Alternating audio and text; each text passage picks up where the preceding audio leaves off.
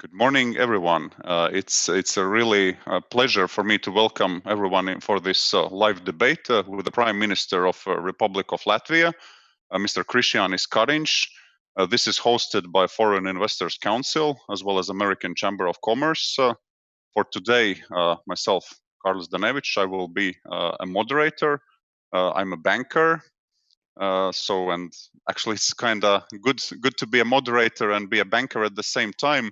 I'm quite certain that in previous crises I would not have been invited to be a moderator, because back then banks were quite clearly also part of the problem when it comes to economic crisis. Currently that's not the case. Financial sector is definitely part of the solution when it comes to overcoming this crisis. And this is what will be the focal point of our debate today. So we will be trying to map out the best case scenario for Latvia going forward. So far, I can say from my side, if we compare Latvia with other geographies that are nearby, Latvia has had a relatively good crisis. The sort of the ability to manage the financial sector, the ability to support the companies and private individuals has been on a good level. Latvia has had a quite swift action, and in terms of sort of medical situation as well as economic situation is relatively standing up quite positively. But there's always room for improvement. We have received a lot of questions from entrepreneurs and foreign investors, and we will try to address those questions to Prime Minister. I'm also happy to see that we have a distinguished panel. So Zlata will give a background when it comes to foreign investors' sentiment. Then we have one of the best academics in this part of the world, Morten Hansen, head of economics department, and John Tooley, one of the most successful entrepreneurs in this country. But to begin with, without any further ado, then over to Prime Minister Kariņš, just to give an overview when it comes to Latvia's response given the current situation and virus outbreak. Please. Thank you very much, and good morning to everyone. It's difficult to try to be short, but I will. So on the COVID-19 response, we took a decision to react very quickly and to listen to the health experts. So in looking back, before we even had the first death in Latvia, we were already in a 2-person, 2-meter situation. So we understood from the epidemiologists that the important thing is to break the transmission of the disease. And the best way to break the transmission is to more or less isolate everyone from everyone else. We understood that this is a very difficult for the economy to handle, but we made the analysis that actually the economy was going to go down anyway. And we had better do everything to save the health and the lives of our citizens. In retrospect, I think we were right, because the economy has gone down, but it has gone down just as much as in Italy, as in Great Britain, as in Sweden, as in Germany, as in France. The difference is that the epidemiological situation is very different. So all of the economies are symmetric, they all went down. But asymmetric in terms of how bad the crisis, the health crisis hit, and that seems to be in some correlation to the quickness of governments to respond and the earnestness with which populations accepted the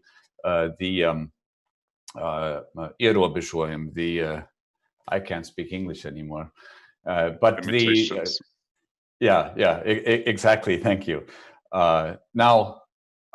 On the economic side, so we're now, the big wave has sort of crashed over Europe and is in the point of receding. Also, the number of new infections in Latvia is going down. The number of people in hospitals because of COVID is going down.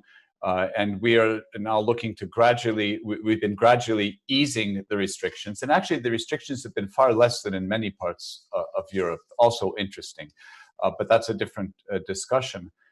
And now on the financial side, what we realized that in this crisis, it's unlike the 2008, 2009. That was a tighten your belt crisis. This is a spend and stimulate crisis. So not spend ridiculously, but to get cash moving into the economy. And we made a number of quick decisions in this regard that we're holding to. The first is that we will not decrease government spending. So we will not tighten the budget. That means by the Ministry of Finance's estimates, up to about 1.5 billion in increased spending in order to maintain government expenditure in spite of decreased tax income. Tax income, we also have all sorts of programs to defer tax payments to come forward to businesses to help them through this time. All that means less money in the state coffer, which means more borrowing, but we're keeping up that spending. So that's already 1.5 billion stimulus into this situation. Then we made a decision that we have to continue to stimulate in 3 large blocks. So the one, you could call it the benefit block. So various, I think the word in English is furlough, dikstav, the furlough payments to help people live through tough times when they simply cannot go to work because there is no business.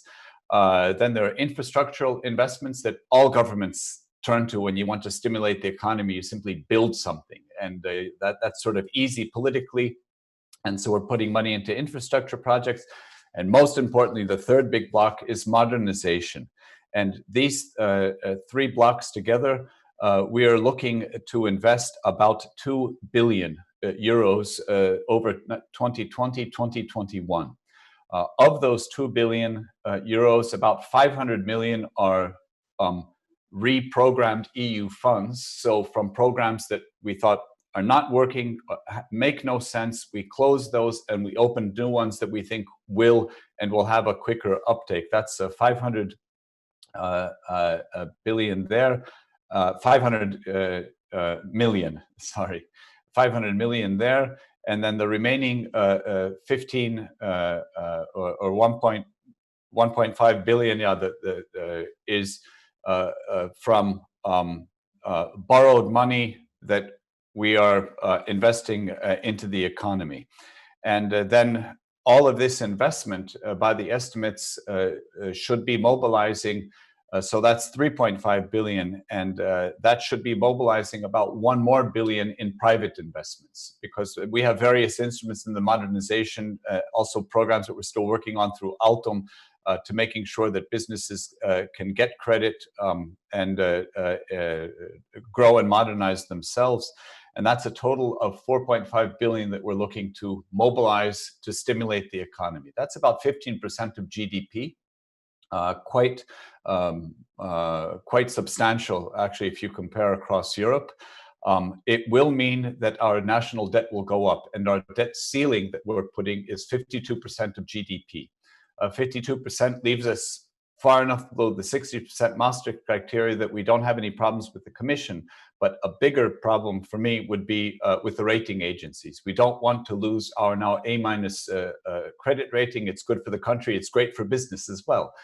So we want to, we're allowing our debt to go up. And that means within the next 6 to 8 years, we're going to have to get it back down to 40%. Not necessarily through belt tightening, but through expansion.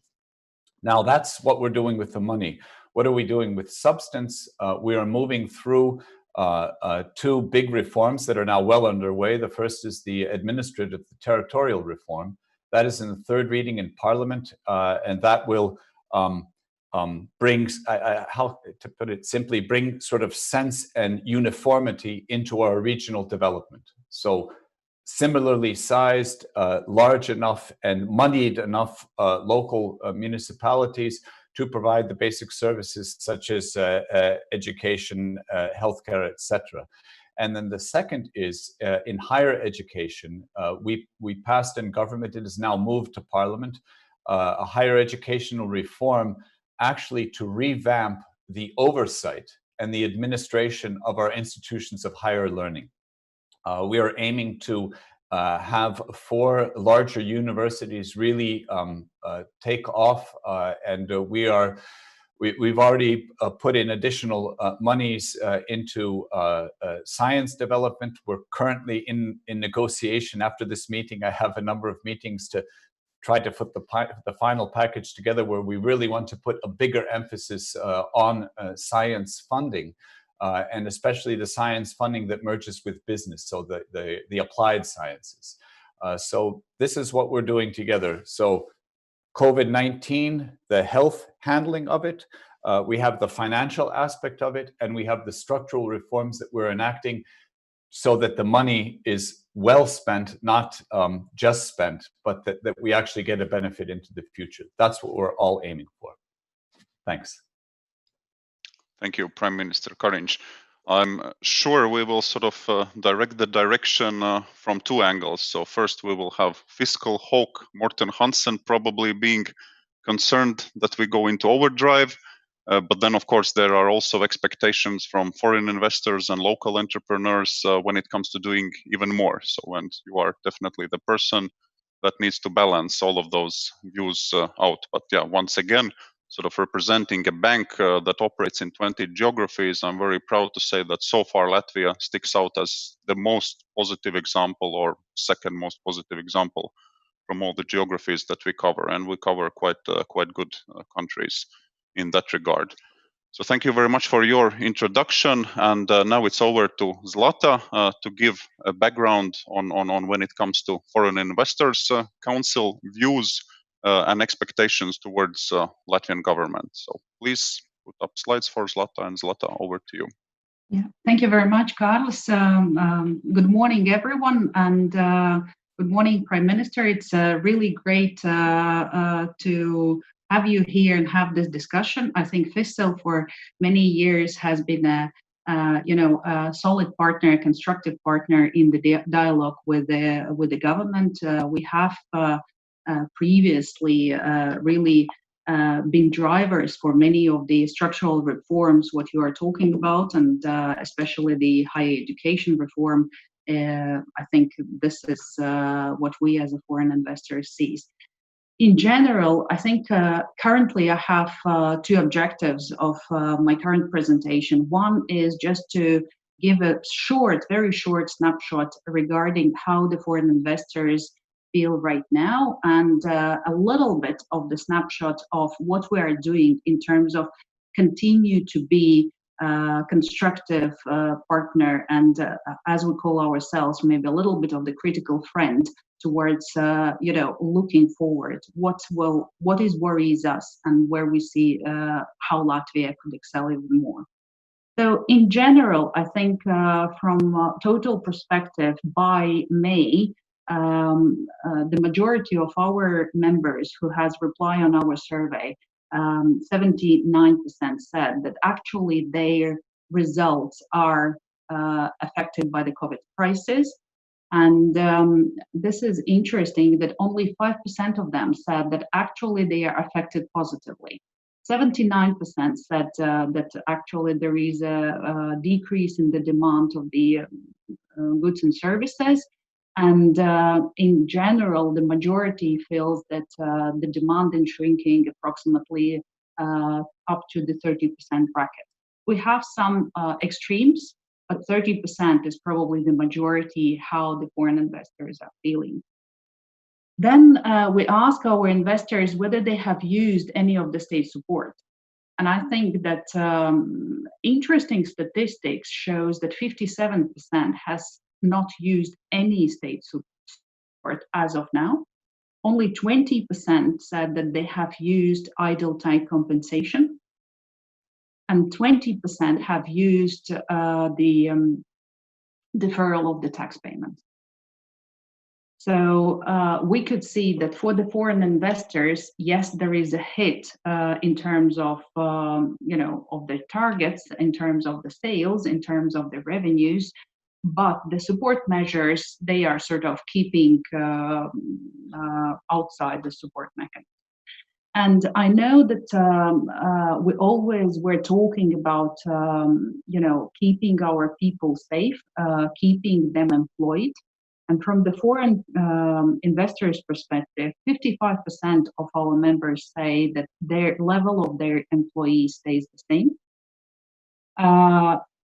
And 45% already said that they see the tendencies that the number of people will decrease. Yeah. So, and this brings us to more, thinking process, because we feel quite responsible of our employees. So what will happen next with them? What will happen next in the crisis? And next slide, please. And I think the most important about the foreign investors is whether the foreign investors are planning to invest in the future. And here, again, the tendency between the last October, when we asked the same question, and right now, is that, a lot of the foreign investors right now, if in October, 64% were saying that, yes, they have an investment plans and they are planning to increase the investment plans, that right now, only 27% are so positive. And actually, the majority of the foreign investors, 57%, were saying, no, we're not planning to increase the investment. And I think this is important because in the time of uncertainty, and this is actually the sign of uncertainty, which the market is showing us, it is important that there is something very stable, and very stable probably should come from the state. And I'm very happy to actually hear what the Prime Minister was saying about the plans and the targets. And then you can actually put the next slide, please. And we as a Foreign Investor Council, we were having the working group, the task force between among ourselves, where we were brainstorming as well what would be our recommendations as a foreign investors towards, what government, what type of reducing uncertainty the government could provide to us as a businessman in terms, in order to facilitate further growth after COVID-19 sort of situation improvement. And we have divided all the topics into the three categories, and one is the human capital. And we believe that the human capital need to be seen not just as a higher education reform, which is great, but need to be seen in a much wider format as the management of the totality of human capital in Latvia. Yeah, both graduates, both school children, both students, people in the middle age who need to be reskilled and upskilled as well. And it should be looked from this statistics. And actually, there should be a lot of the activities put in terms of it, because otherwise we will not get the right balance. And we will not be able to recover the economy. And we're all afraid that the second immigration wave could come, because people will start to try to find the possibilities to work. The second, I think, which is very important for us, topic for us, is infrastructure. And you rightly were saying that infrastructure in the terms of crisis is very necessary. And we here see the need for both soft and hard infrastructure for the state. And actually, if previously we were talking about different reforms, that even right now, those reforms are really needed from the soft infrastructure perspective. We are talking about the digitalization and speeding up the paperless economy as such. I think this is the great prerequisite for economy to boost and for companies in this economy to invest even further.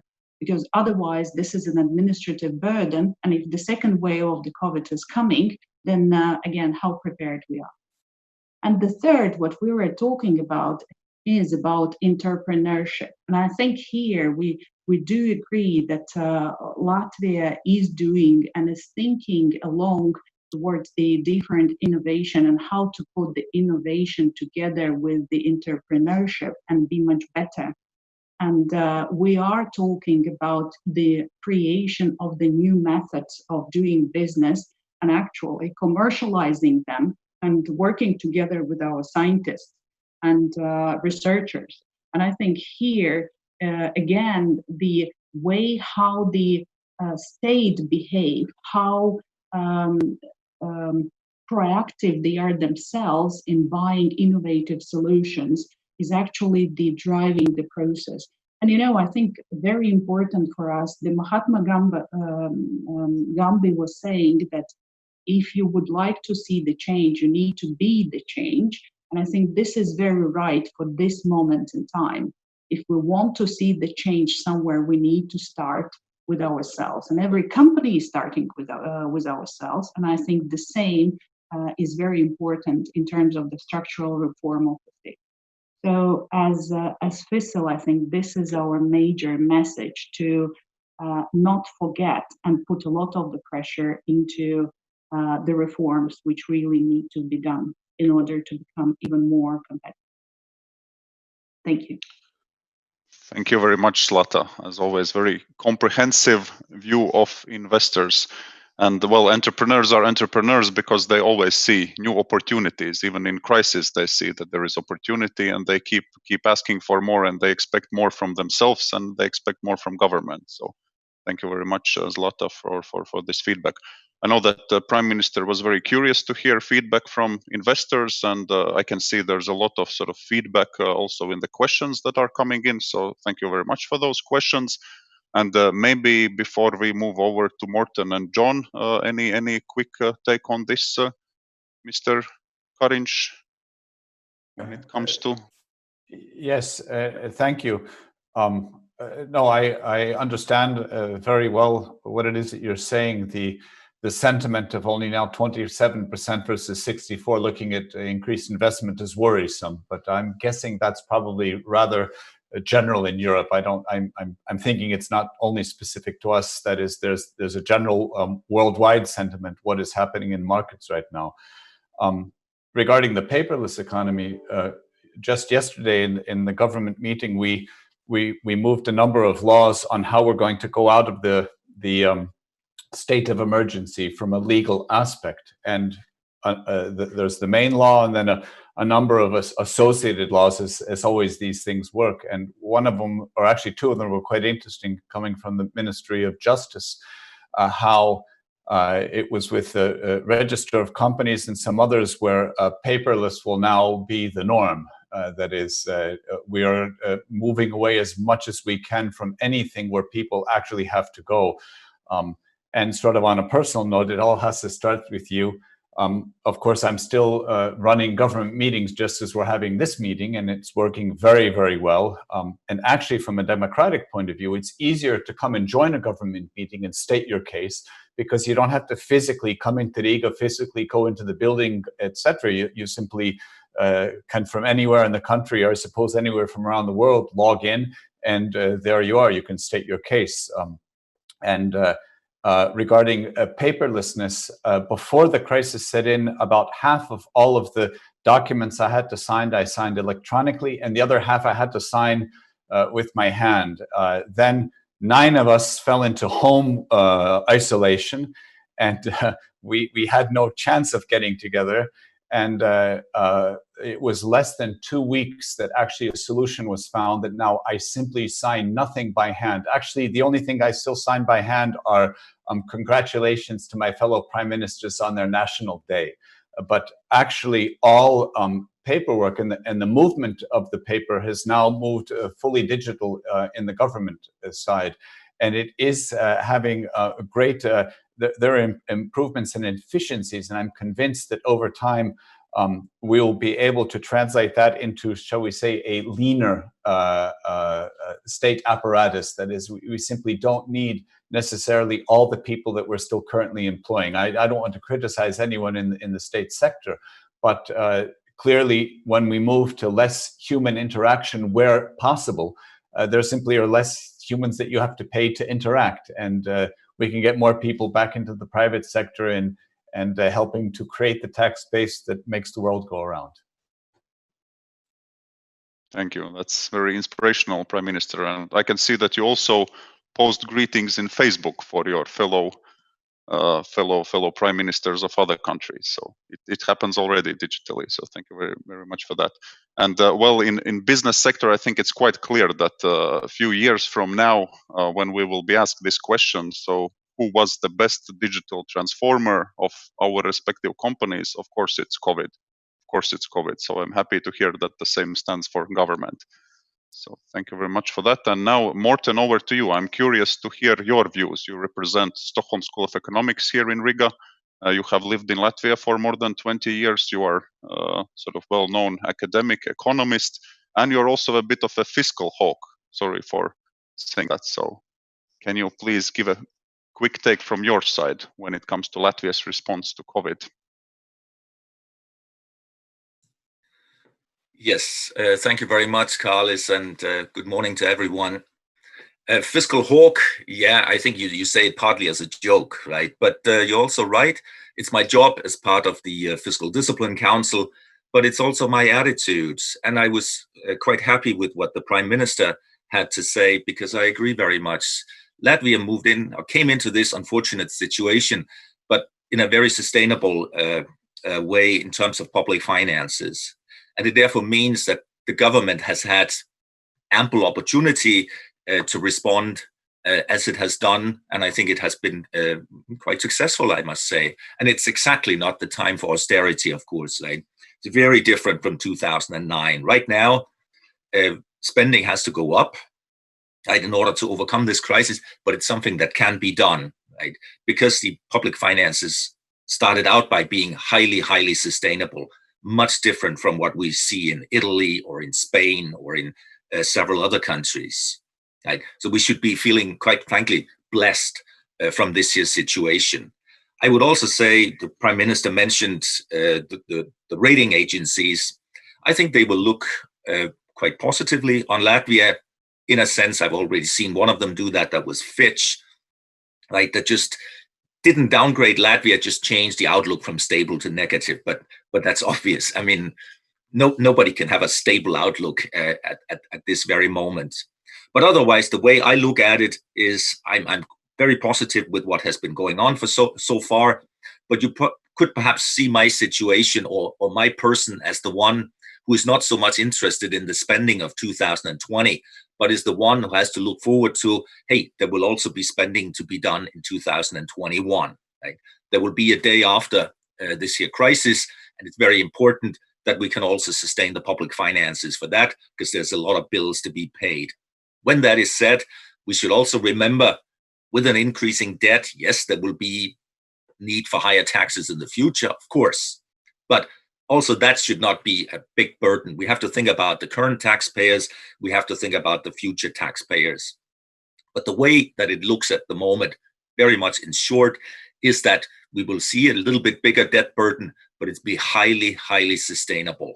And if things move on as they have been doing so far, it's going to be something that will affect us, quite frankly, very, very little in terms of the fiscal impact. And could we even then have, as the Prime Minister pointed out in his last intervention, that, let's say, more streamlining of the public services, perhaps also with us in education, perhaps we will also need fewer people. But as we all can recall, perhaps the labor market just 2 months ago was quite tight. We all could have needed more people in the private sector somewhere. Perhaps they will be available now in 2021, 2022, when this economy will be stabilized again. So me, from a macro perspective, I'm looking at this here and I'm feeling, given the situation, the severity of it, of course, I'm feeling quite positive, I must say. Thank you. So just a quick question on that one, Morten. So the risk of Latvia going into overdrive is quite small now, and Latvia can do and could do more. Perhaps it could do more, but the important thing that it is that it doesn't do too much. I mean, I think we all know this here, that right now, when the need for spending is very big and it's very imminent, then there's also a risk for that some of this money can be wasted. And I think we all have a responsibility for, especially the government, obviously, that money is spent as wisely as possible, because it's only there once. And again, we need money for 2021, 2022 also. Okay.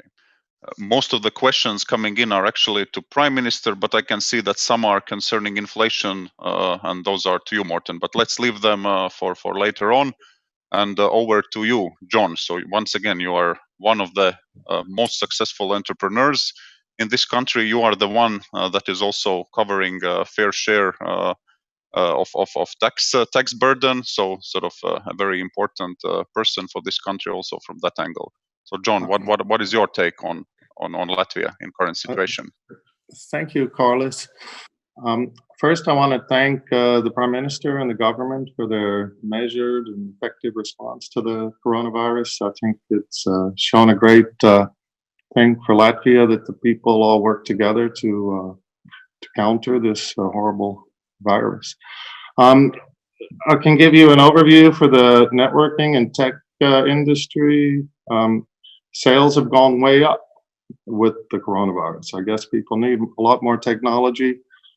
We've even seen supply chain shortages. We've seen, not because of the coronavirus, but because people are buying a lot more technology all around the world. Actually, we're running our warehouse weekends now, and 10-hour days for many workers. So briefly, to go into the future and what Latvia could do, investing and supporting new technologies is, I think, something we can see that's a very strong business. Latvia has a great education system. We have a history of producing mathematicians and experts in these areas, including health sciences, and that would be a great thing. And we all see from the effects of the coronavirus how important investing in this area is. I've proposed a new genomics data network that we're starting with just recently. Yesterday, LMT got approval from their board to connect the BKUS, the Children's Hospital, the Riga Technical University High Performance Computing Center, also the BMC, that's a biomedical center, in which they're working on genetic sequencing of coronavirus and tracking it with all the new with the mutations that the sequences have. They can track from groups of people to other groups where it went. For example, the variant and the mutations that are in the U.S. or Italy or other places. So the importance of this of the newest genetic sequencing technology shows, and the resources in Latvia show that we can do a lot in this area. And I think that's maybe some comments, Carlos, moderator, you can. One more thing you wanted me, there's also a question about an organized crime group that is targeting a lot of companies in Latvia, and Elko was recently targeted at the airport. And they're making a big campaign to kind of remove them because they've affected a lot of companies, and that's also important for businesses to, not have those kind of significant thefts and robberies. And Mikrotikls was highly impacted when a warehouse was burned down after being robbed, and that led to the largest insurance loss in the entire Baltics ever, 37 million euros. And also led to increases in insurance costs for all Baltic countries and all technology business warehouses and such. So okay, maybe Carlos, you have some comments or questions, or you can continue. John.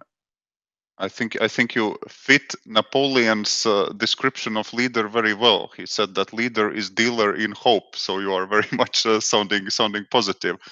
But yeah, from investors' perspective, the last issue that you raised, this is not only your company being affected; it's also other companies that are affected by organized crime. And well, we kind of think and hope that when it comes to money laundering issues and financial crimes, Latvia has turned a page, and Latvia is on a different situation, and positively in a different situation.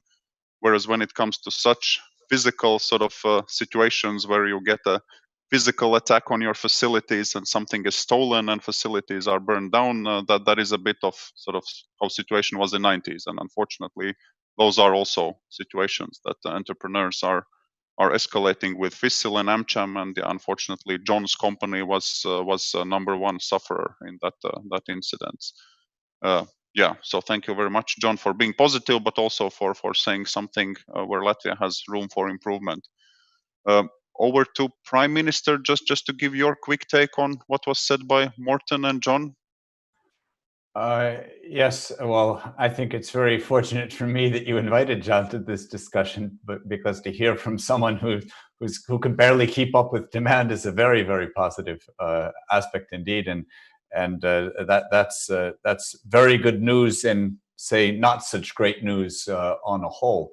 And certainly, John, I'm aware of the last thing that you mentioned, and I just had a conversation yesterday. I am certainly hopeful that, how should we say, the police will be able to get sort of to the root, because it's apparently quite organized what's going on. It's not haphazard, and that's a systemic problem. And I'm hoping that problem will be something that we'll read about in the papers as one of the past, certainly.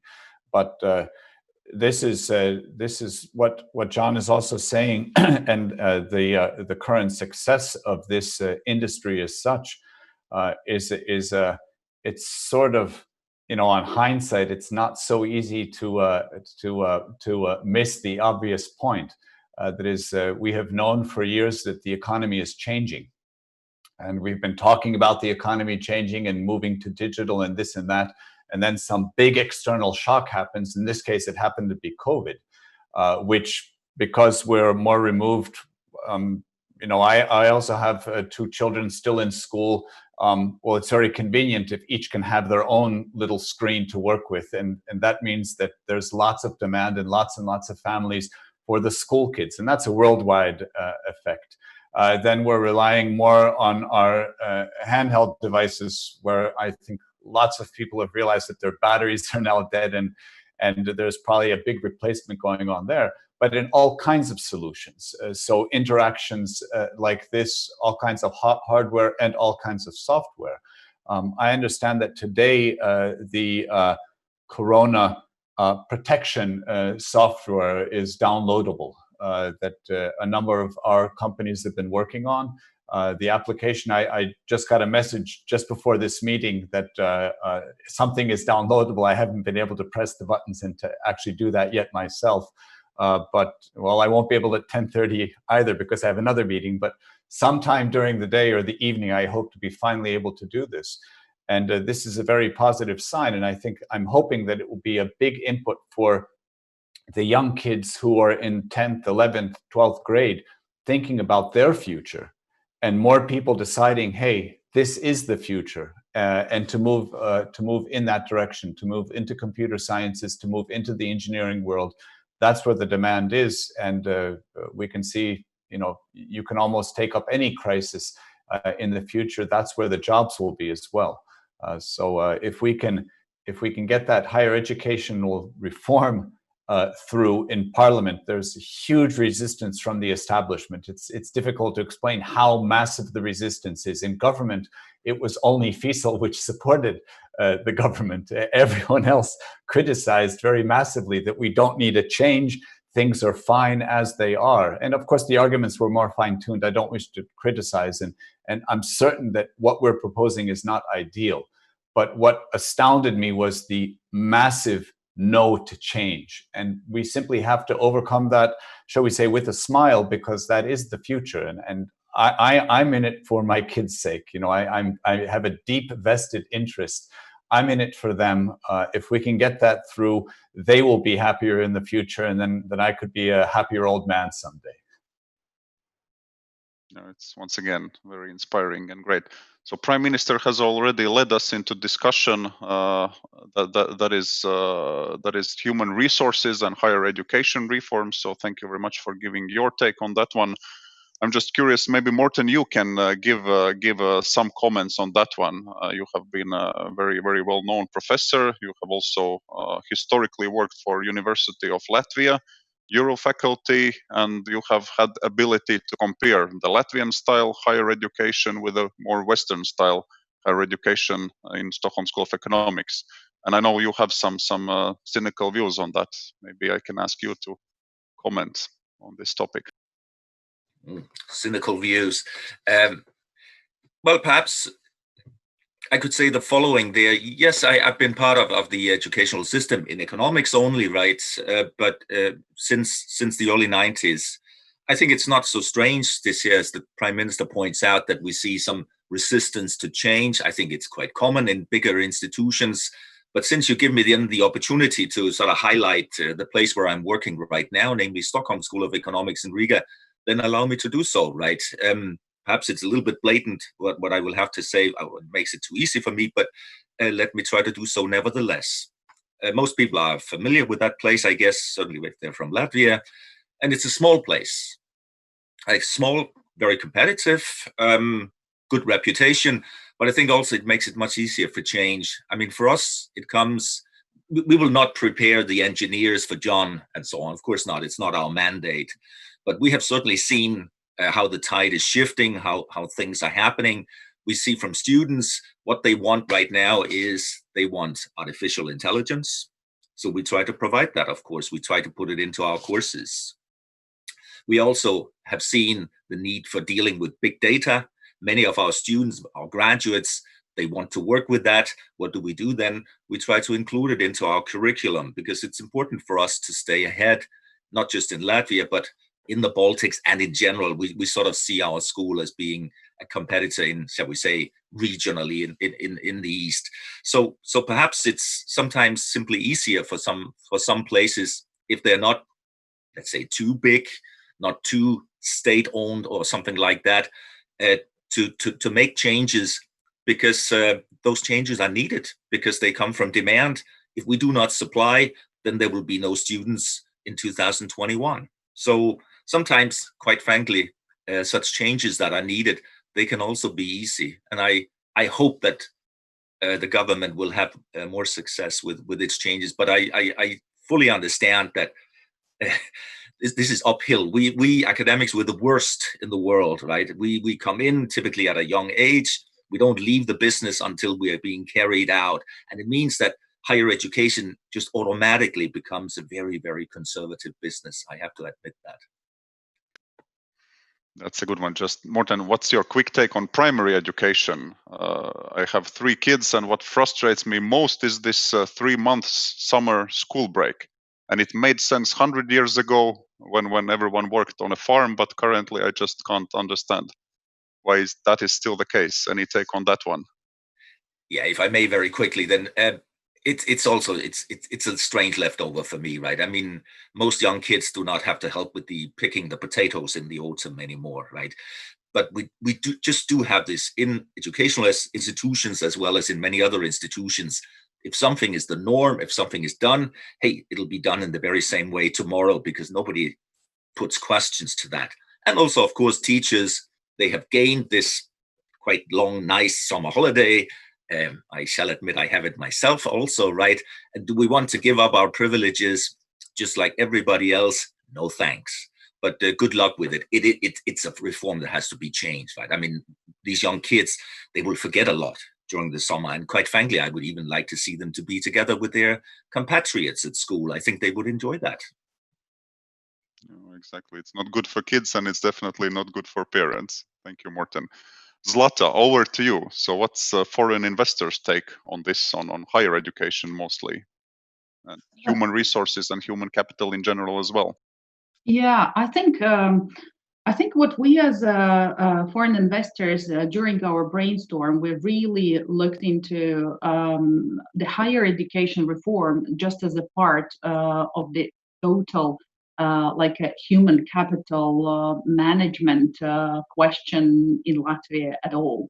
So, and actually, the one thing which we were thinking, and definitely higher education reform is a must, and there is no way it should be stopped or deferred to the later time. This is, and I agree with you, Prime Minister. This is the same for me. The way why we as a foreign investors go for it, because this is our future, the future of our kids as well. And however, we think that it should be looked wider. And our, the agency, which is currently Valsts Nodarbinātības Aģentūra, which is currently looking after sort of unemployed people, its need, COVID and actually the current situation is showing that its need to change its status as per se. It should manage the human capital of Latvia, rather than only manage those who are unemployed. Because it is important that all people, even if they are employed, they are still upskilled, reskilled if necessary to match the demand which is coming. And there should be much more interaction between the agency and higher education institutions on upskilling with just middle education, like schools, and in terms of more employers as well, in order to find the right mix, what is needed in the market towards what we have currently. And this is the change which we believe is really structural, and which will allow us not only to retain those people who are currently unemployed in Latvia and reprofile them to somewhere else, but as well actually to attract more people to Latvia and lead them here, ground them here. Yeah, and in terms of I will finish with the education. No, I just I'm reading a comment, and it's a good one. Sort of when it comes to education, what entrepreneurs are saying, we need to advance real world skills and 21st century skills. Can you give just a quick take? So, what would be those from entrepreneurs' perspective? So. We were talking about actually the simple programming skills. We were talking and we were looking on the different statistics. And again, I think this is our takeaway, that currently in terms of the education, in many ways, we're talking emotionally without really having the data about whom we have and what level of the education and skills our human capital have.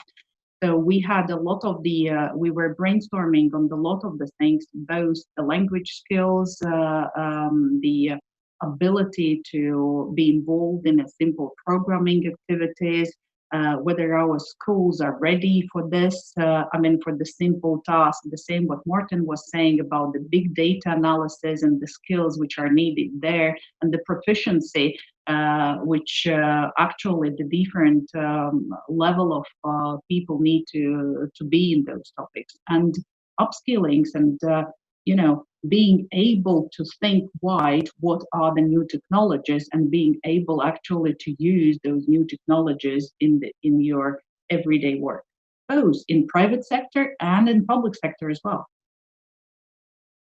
Okay. I think we will check a bit later on with Prime Minister. Do they have a plan when it comes to upskilling and retraining for the country as such?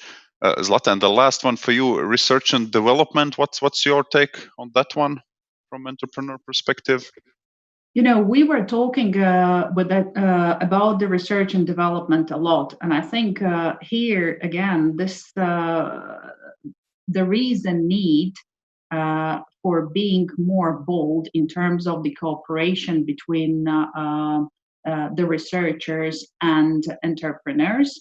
And in many ways, I think in the current crisis, government using the hackathon, using the innovative solution in terms of the digitalization could potentially be a driver of many, many things as well. And I think that this will this will help us, and this will help us not only in the short term, but actually this will help us to commercialize a lot of the ideas and have even more investors in the future. Okay, thank you, Zlata. Now over to you, John. You sounded suspiciously positive when it comes to education in Latvia, and then you were praising mathematicians and all that. I very much agree to that, but still, I'm sure there is area for improvement. And what's your take? So, what could Latvia do more when it comes to education and human capital? Well, one of the most important areas of advancement in technology is bioinformatics. That means programmers, if you want to call them that,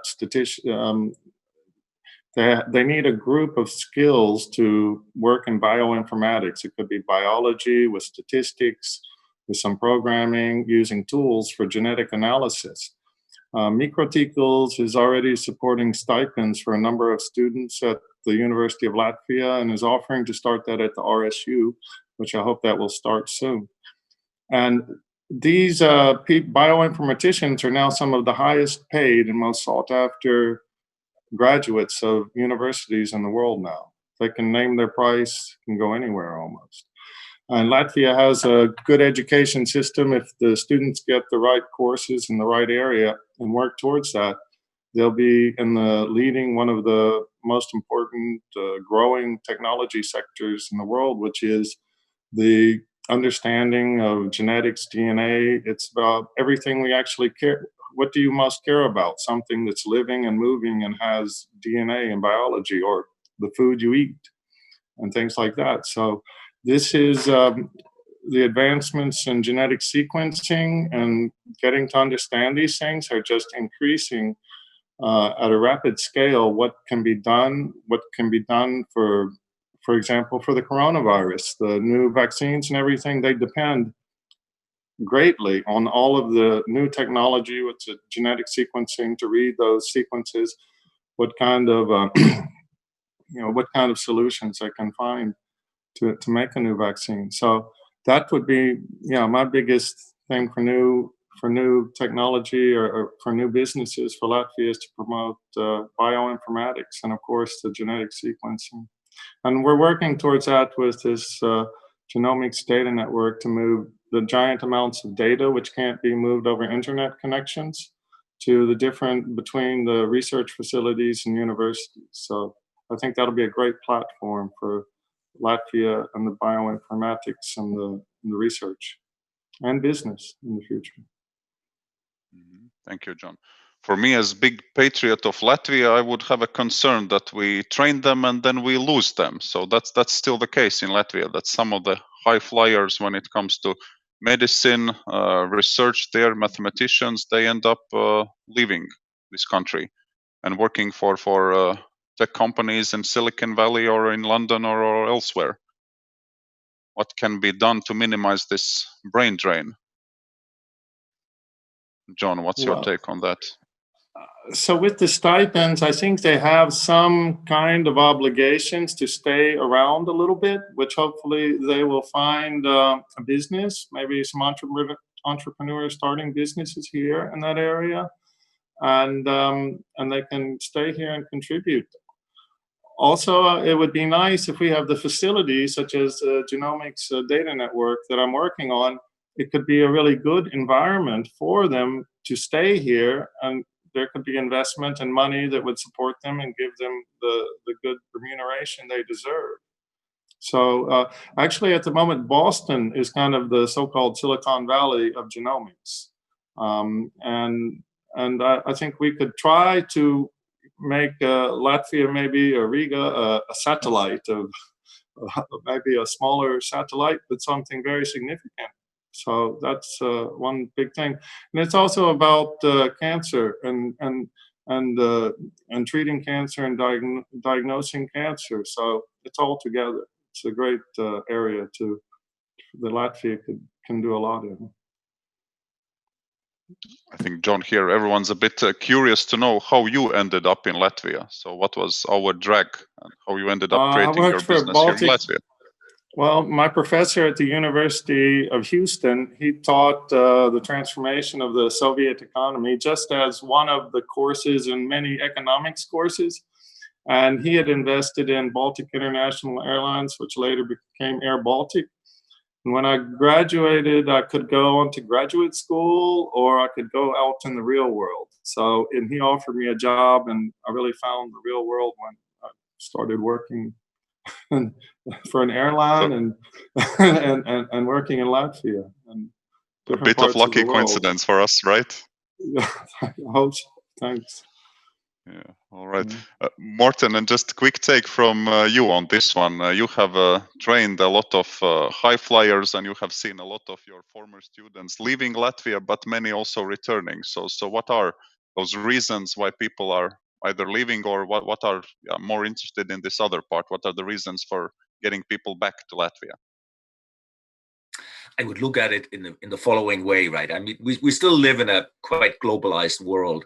So if some young student comes to me and says, I'm not interested in going to any other country, I would find that very strange, right? I think young people should always be looking at that the whole world might actually be their workplace.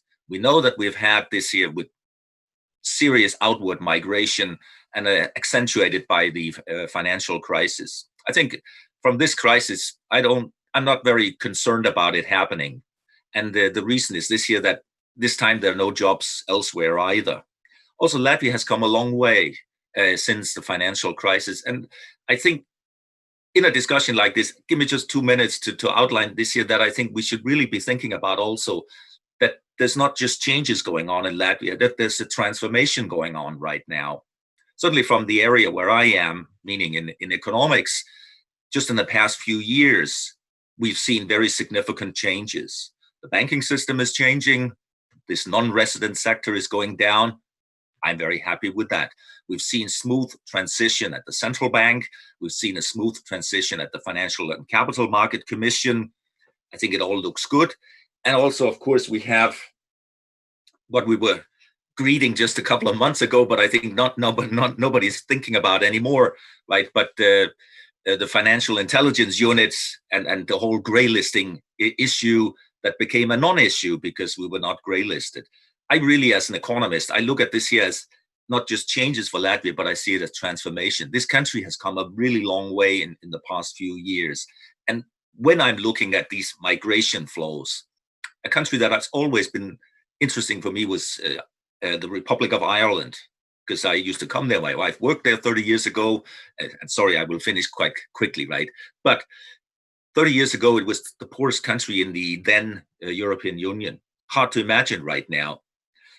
When they just came to a certain level of income per person compared to the UK, and when unemployment came sort of sufficiently down, suddenly people came back.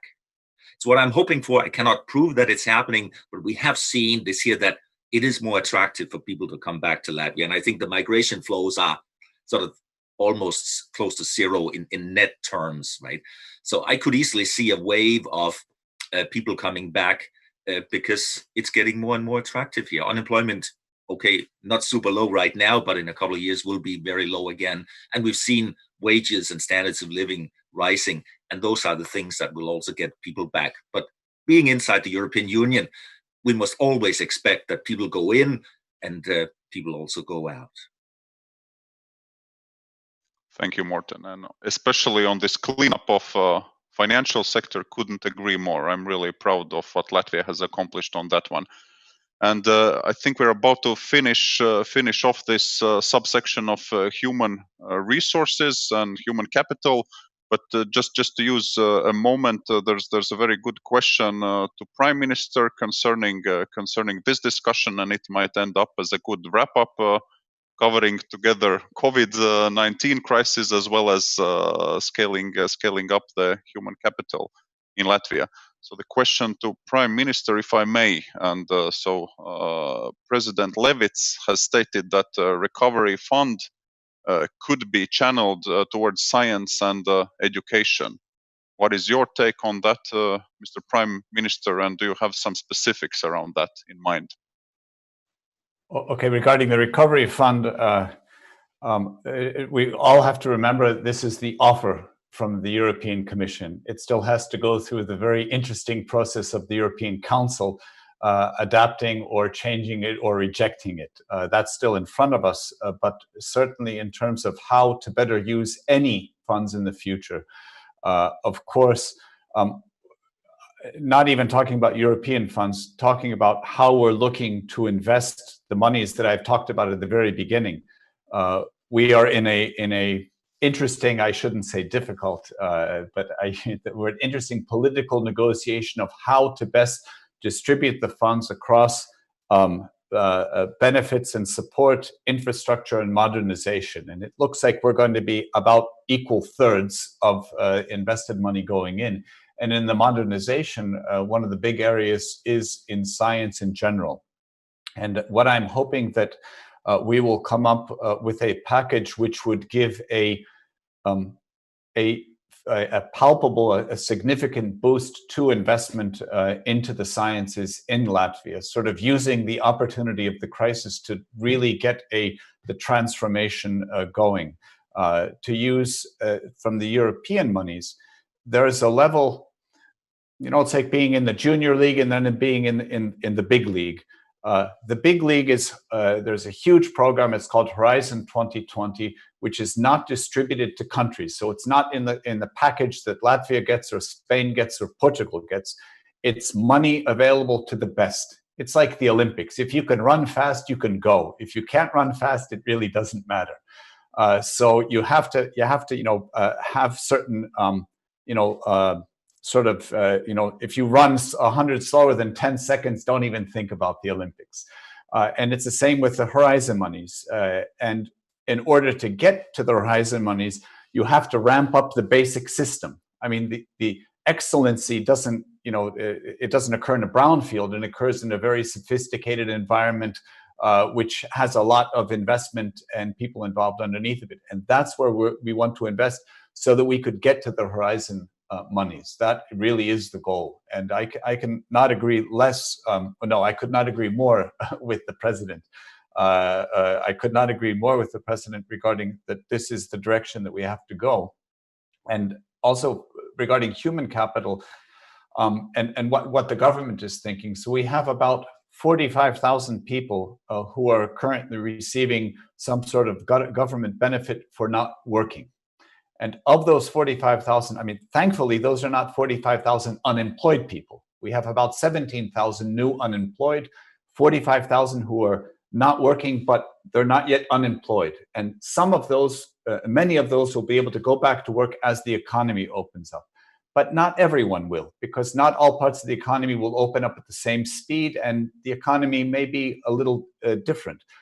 So to keep those people from becoming unemployed, what we're hoping for is to get a big boost in I would want to say, a massive re-educational effort.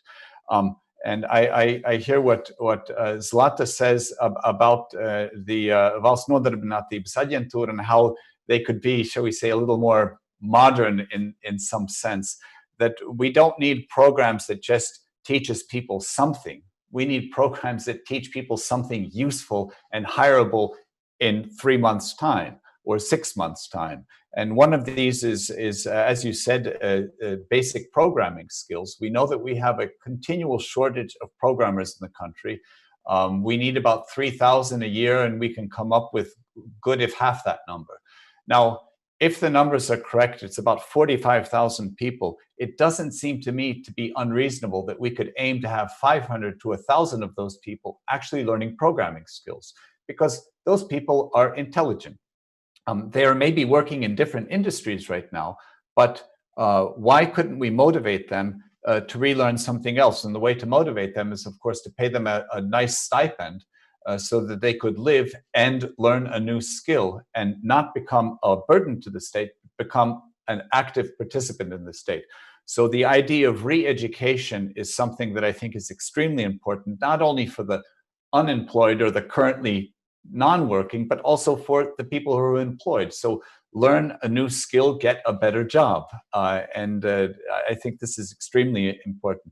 And I have to comment on what Morten says about the migration. Before the crisis, we were seeing that it was about even. number going out to number coming in. During the crisis, the foreign ministry has, in a sense, complained. We had the repatriation flights. The repatriation flights became re-immigration flights. The demand was not from people, who are currently, say, studying in London or working, for 3 months in Germany, but people who have been living there for 5 or 7 years who now say, I want to come home, and the time is simply right. So I don't know, I don't have the statistics yet, because I think it's a little tough to get at. But speaking to the foreign ministry and what the consulates are seeing, there are more than 5,000 people who have repatriated during this time, if what they're saying is right. And the demand is even bigger. So as soon as flights will start up out of the UK and out of Ireland, they will eventually start up. I think that those flights could be more people coming in than going out in the beginning, and that's a positive sign. So I'm always concerned about the brain drain, but I agree with Morten. There's an inevitability in a linked, big 500 million European economy that certain numbers of people move regardless. But we want to make sure that what we have here, that you will move because you want to experience something different. You want to learn another language. You want to, drink red wine, which is locally produced rather than imported, but not because there are no jobs. So to change the motivation. And once we change that motivation, then we would probably see an influx of people coming in who are not Latvian, who simply want to come here just as much as Latvians would say want to go to Portugal or Spain because it's a lovely place to visit and maybe work in. And people could be deciding the same for our country. Certainly, physically, I think it's one of the most beautiful countries in Europe by far, and especially considering what the coronavirus is teaching us about. It's maybe better to live in not such a crowded space. Hey, if there's one thing we can offer lots of non-crowded spaces, and that are beautiful, as we all know. Yeah, that's wonderful. 2 meters is not an issue for us. They say for Estonians, it's actually 5 meters is the usual distance. So they are struggling with 2 meters. They need to be closer to each other. Yeah, let's just hope that those people will continue to return back, and they will not be forced to join organized crime gangs that we discussed before, but they will have wonderful businesses that will hire them. So I hear, Prime Minister, you will divert your energy towards this organized crime thing we discussed. That's one specific thing that is in our control here locally in Latvia, and upskilling and retraining. It sounds that we are completely on the same page there as well, and it sounds to be one of your top priorities already now and going forward as well. So very happy to hear that. And then moving to last section of our debate, the future competitiveness of Latvia. Well, we all love Latvia a lot. There's no doubt about that, and we all want to live in Latvia and have all the other people in Latvia having jobs and feeling happy and sort of using their lives to do something meaningful. But for that, of course, you need to have a proper business environment, a fair tax system. You can sort of improve things when it comes to digitalization, etc., etc. So on this note, Zlata, let's start with you once again. So what's the take from entrepreneurs when it comes to the future competitiveness of Latvia? Yeah, I think, Carlos, you are right in terms of saying that competitiveness is something which is, is both, which is on the hand of entrepreneurs in terms of how active they are in the market and what possibility the world is giving to them and what type of method they are using. And another part of it is really competitiveness in terms of the country and what type of infrastructure processes and the country could, and the public sector in the country could provide. And I think if we talk about current ideas in terms of getting more financing and Altum support in terms of the big companies and the smaller companies, and I think all those measures in terms of providing the support to existing businessmen is well received and well accepted. I think from from our side, when we were discussing during the our COVID recovery task force meetings, was is our infrastructure ready in terms of internal infrastructure ready to be more competitive? And I could use a couple of the examples. For example, the digitalization. Yeah, we every company who is really serious in terms of the digitalization, they have their own chief information officer. Yeah, who is really looking into the things and planning in advance and doing it strategically. Do we really have in the country chief information officer or information minister who is responsible for many things which are coming towards us, and who is dedicated to drive this agenda forward? Then the next one, for example, I think I read through, and I do believe that the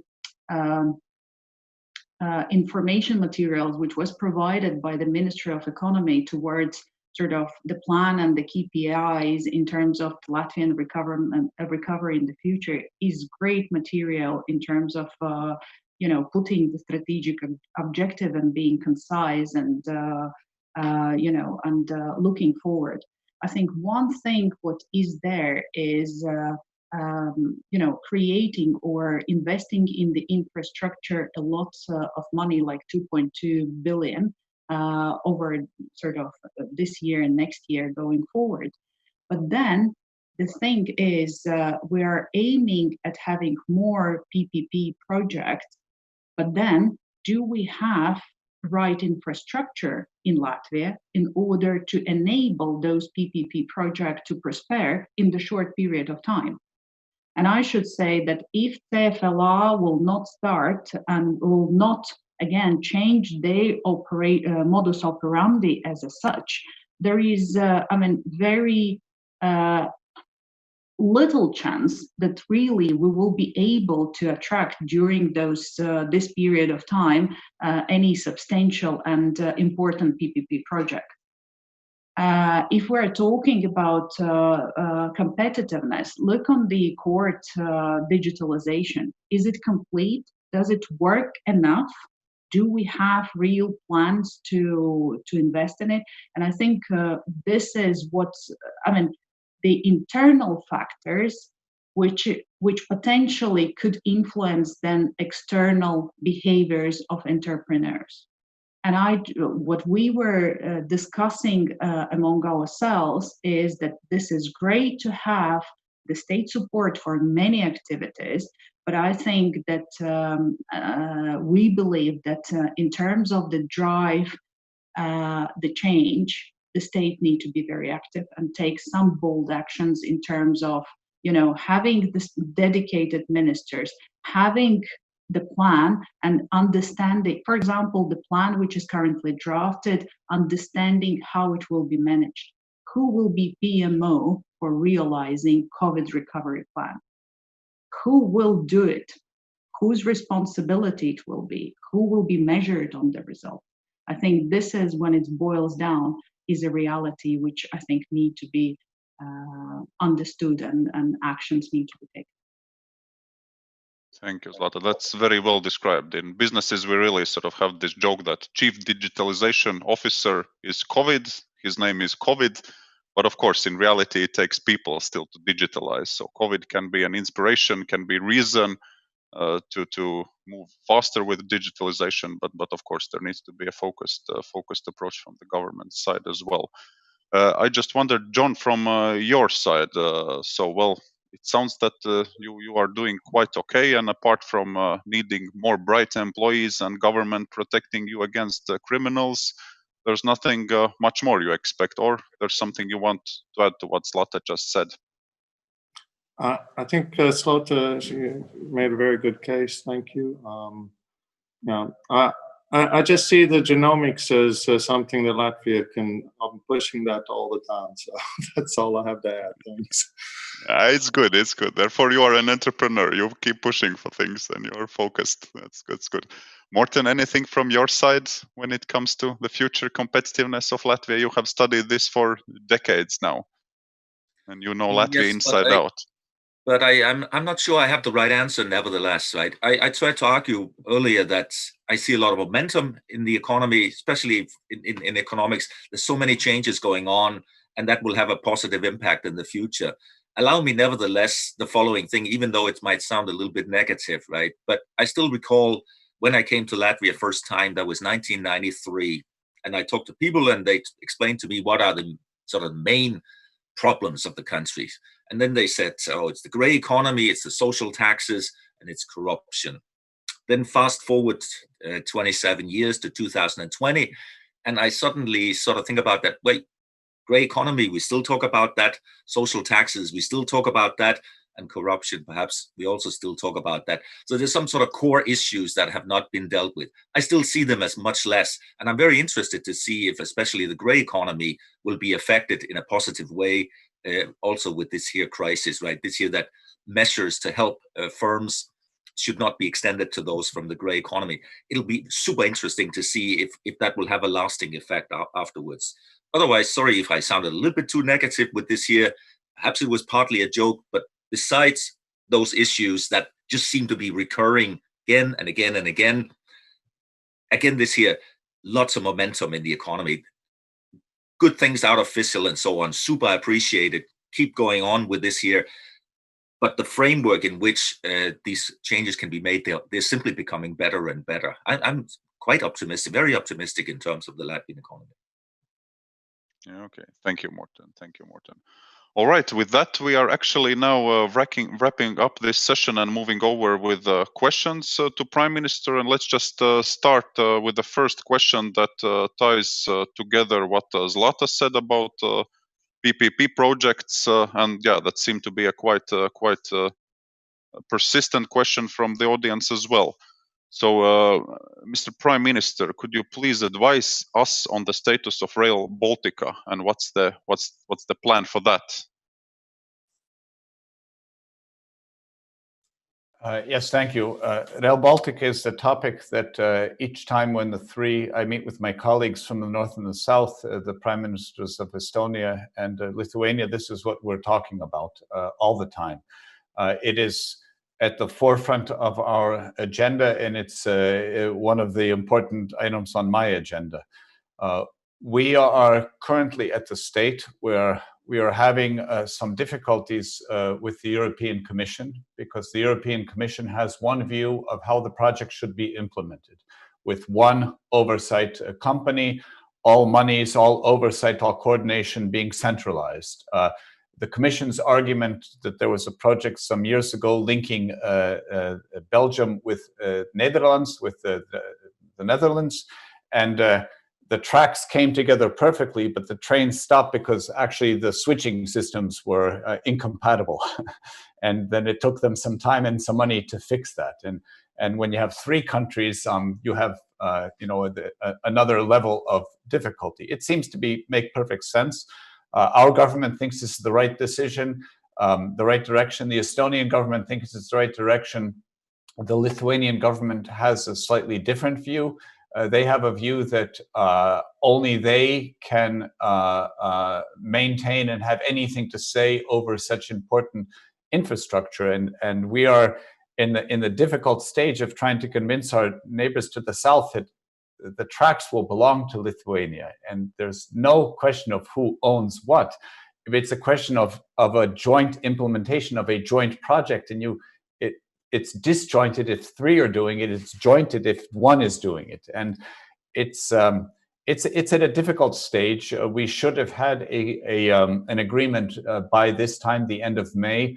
COVID came along, but even during COVID, we've been speaking about this. So we are pushing as hard as we can to get a common agreement and not have difficulties in ensuring the monies keep coming, because it is the single largest infrastructural investment into the Baltics, into Latvia, that we will have in the next probably 20 years. So either we get the investment and we get a link up to Central Europe via rail to the Western Europe, I guess, from our point of view, or we don't, and then we have the same situation today, where it's only lorries and boats and planes that hook us up, but not rail, which is actually a very efficient way to ship not only people but goods.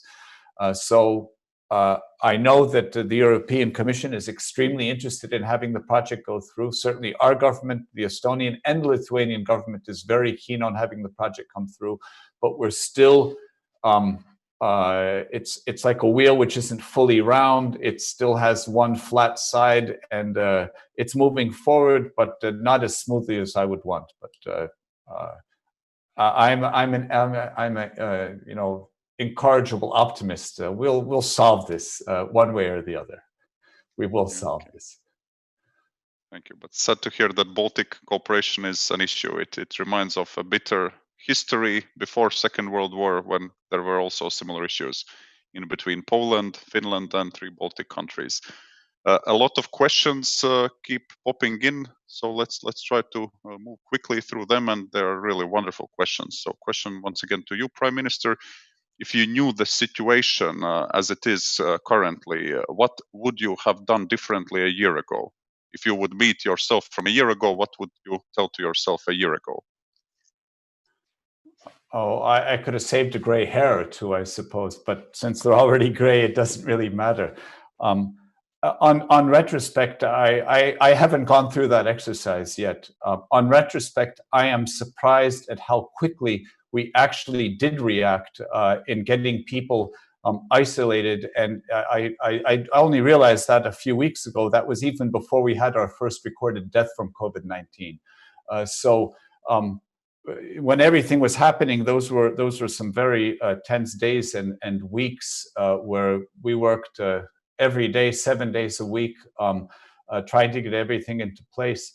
I would have been much more happy, for example, if we would have had a ready-made, how to have the proper support. So we had to amend our support system on a weekly basis. And I know that for many people and many companies, it's not understandable, but it's not a justification. I would have been happy if I would have been able to find some good advice how to do it right from the outset. But of course, we were all in unknown waters, and we had to adapt very quickly. So I really haven't gone through that exercise, but I did look back. It was because of an interview question that I looked at the dates, and I didn't realize it at the time, actually, how quickly we were able to react, because we were simply doing what we thought was necessary. But and you weren't really looking at other countries at the time. We were looking at what was happening here. But I have lots of notes from that time, and maybe someday I'll put all of that together in some retrospect, and I'll certainly be criticizing myself, no question. But I guess I'm still too close to the action. Maybe you'll write a book about it one day. We'll see. But so far, well done, Latvia. Well done. So we have been giving a lot of feedback on behalf of investors and entrepreneurs to you, but what would be your feedback when it comes to cooperation with foreign investors and entrepreneurs from your side? Well, I can only say that it's very important that business and investors are organized and that you speak with us. It's pleasant to hear something nice, but if I want to hear something nice, I don't know, I'll try to find one of my friends to say something nice. I mean, it's the constructive criticism and how we could do it better, which I'm interested in. So, for example, we're planning, and politically, it's easy to say we're going to have a massive re-educational program. But then we say that we'll even pass a decision and put money into it. And then it will be realized by some institution which is maybe less than perfect.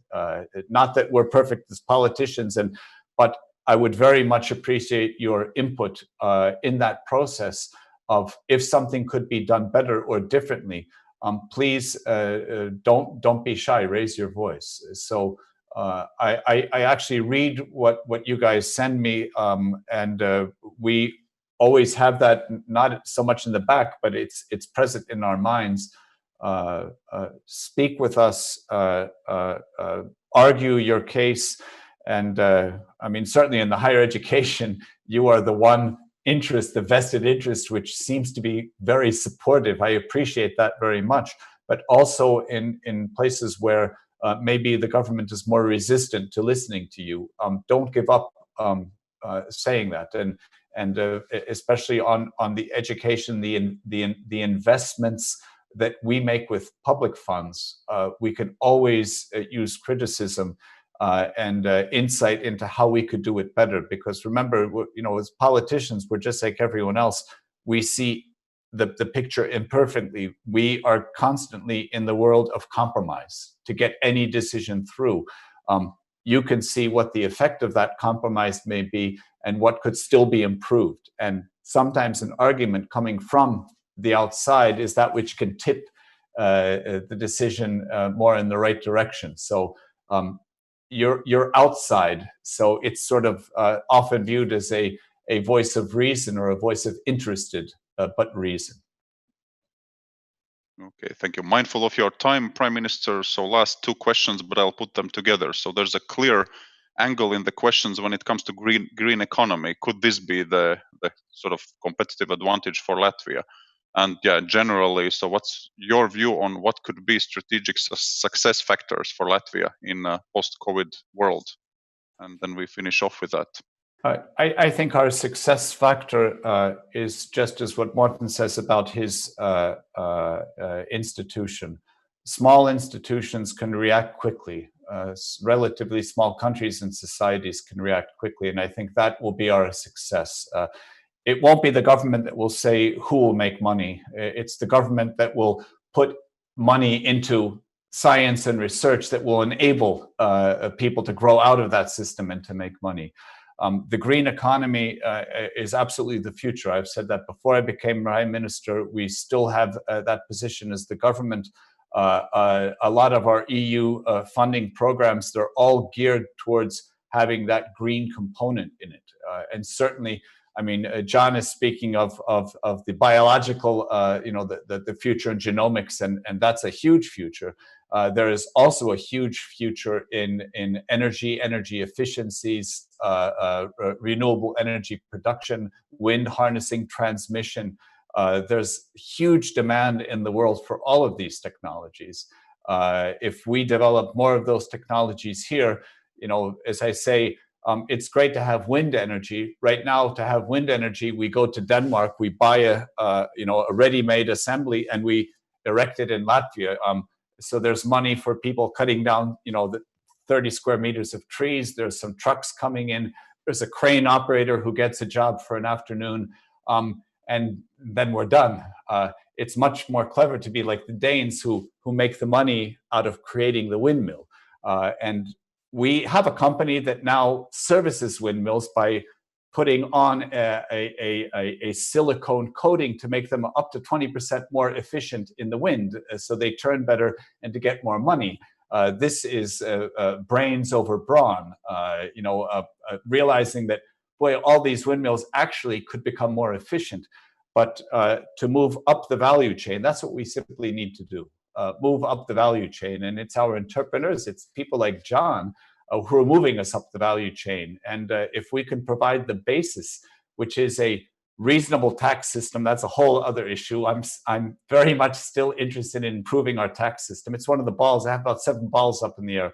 There's COVID, there's the strategic investments, there's the tax system, there's the budget for 2021, there's the administrative reform, there's the higher educational reform. There's a lot of balls up there at one time, but one of those is the tax system. If we can have a better tax, a more, shall we say, a tax system that everyone buys into, an educational system that provides the kind of training that we need, everything else we have. We have, I think, the tastiest food anywhere, the cleanest air probably, the wonderfulest beaches to enjoy yourself in, world top-notch cultural activities. It's all here, and what we simply need to do is to focus more on the educational aspect and making sure we're providing the knowledge for the people, that are going to be employed, become the entrepreneurs, and to bring us all forward. So I sort of see it all as a many, all of these aspects are interlinked. I see that very, very clearly. And it's voices like yours that can help us to fine tune, and especially on the training and the retraining. Please come with your voice. Tell us what we need to do more, what we need to do less, or what we're simply doing wrong. And I'd rather stop something and start it again rather than say, I'm right, I don't care. I do care. And actually the government cares. So thank you very much for the discussion and for the questions. And I really wish all of you all the best. Thank you, Prime Minister. It has been wonderful. It has been a very friendly discussion, but I would say deservedly so. So thank you very much. We have arrived at a couple of specific action points. You have listened to us. We have heard your feedback as well. I would very much like to thank all the panelists, FICIL, American Chamber of Commerce, and especially you, dear Prime Minister. So thank you very much, everyone, for listening. Thank you. Have a great day, everyone. Thank you. Bye. Thank you.